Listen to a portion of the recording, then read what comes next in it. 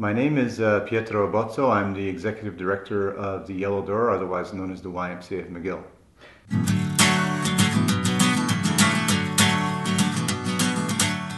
The YMCA of McGill has actually been around since 1904. Back in the turn of the century, the whole idea was that students want to get involved in the community and they want to get involved with community engagement. This was an association of young students from McGill who wanted to basically get involved with their community, not just with their studies. In the 60s, obviously the movement of the time was really about freedom of expression. There was a lot of civil rights movements. There was obviously the Vietnam War, which was also a big social movement cause, and a lot of the draft dodgers, they were leaving the States, and some of them were ending up in Montreal. Only they would come to this neighborhood, and you know, this is a residential neighborhood. They wouldn't know how to find this. So one of the ideas was to paint the door yellow, and that's in fact how we became the Yellow Door.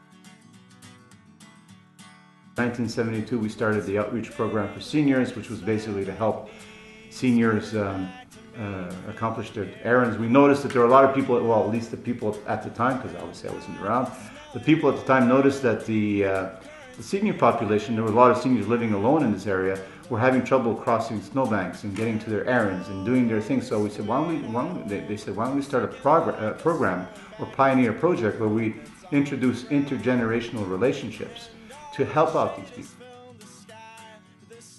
So we started what we call the Rabbit Hole Cafe, which is basically a vegan meal that we prepare every Friday, and we help the student population out with that. We also started an emergency food bank for students.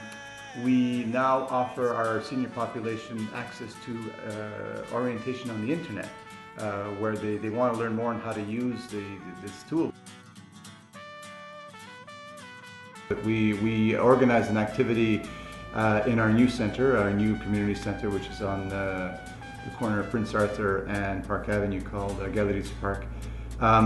We organized an activity where we exchanged with seniors and students, again introducing the intergenerational component of our organization into the activity by inviting seniors and students to share in an activity where they had dialogue. They had an activity where they presented a seven-word poem, and we had a musical performance from Musicians Without Borders, and that was all, like I said, at Galeries Park. That was our activity last year. It was a great success. We had a lot of people showing up. We had 15 seniors about 15 to 20 students showing up, and so it ended up being a very, very pleasant evening afternoon where we exchanged and dialogued and had an activity and had some fun.